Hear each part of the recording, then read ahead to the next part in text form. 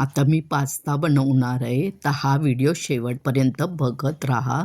मी इथे 2 ग्लास पाणी घेतलेलं आहे, 1 चमचा मीठ घेतलेलं आहे आणि 1 चमचा आपलं स्वयंपाकाचं तेल घेतलेलं आहे. अशा प्रकारे पास्ता आहे.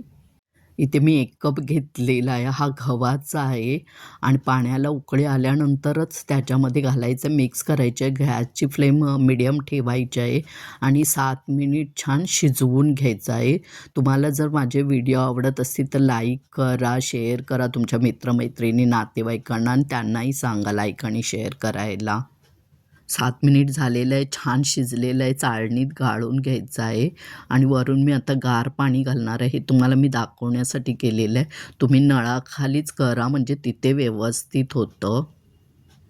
पोहे खायचा 4 चमचा बटर घेतलेला आहे आणि 4 चमचा मैदा घेतलेला आहे. गॅसची फ्लेम लो करायची आहे आणि 3 किंवा 4 मिनिट छानपैकी भाजून घ्यायचं आहे. भाजलं तरच ते चव लागतं, नाहीतर चव लागत नाही. व्यवस्थित भाजलं गेलं पाहिजे.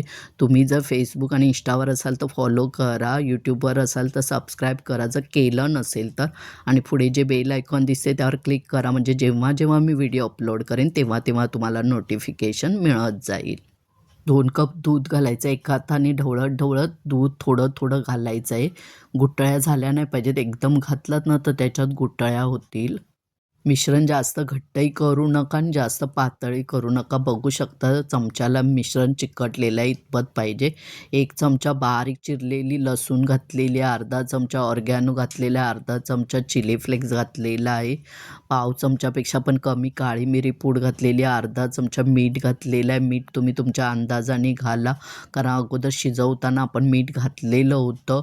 वरून तुम्ही कोणतंही चीज घालू शकता आणि कितीही घालू शकता. मी इथे 5 चमचे चीज घातलेलं आहे. मिक्स करून घ्यायचं आहे. गॅस बंद करायचा आहे आणि प्लेटमध्ये काढून घ्यायचं आहे.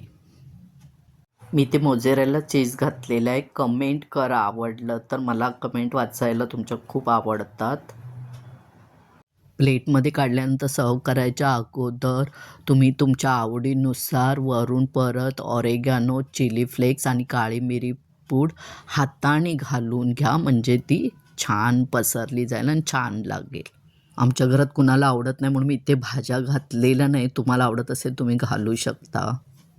थोडंसं चीज घाला.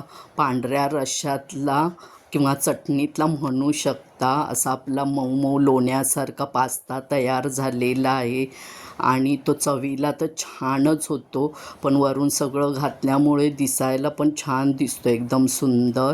तर आता मोठ्यांबरोबर लहान मुलं या अगदी मिटक्या मारतच खाणार आहेत. मग तुम्ही कधी बनवताय? मस्तच.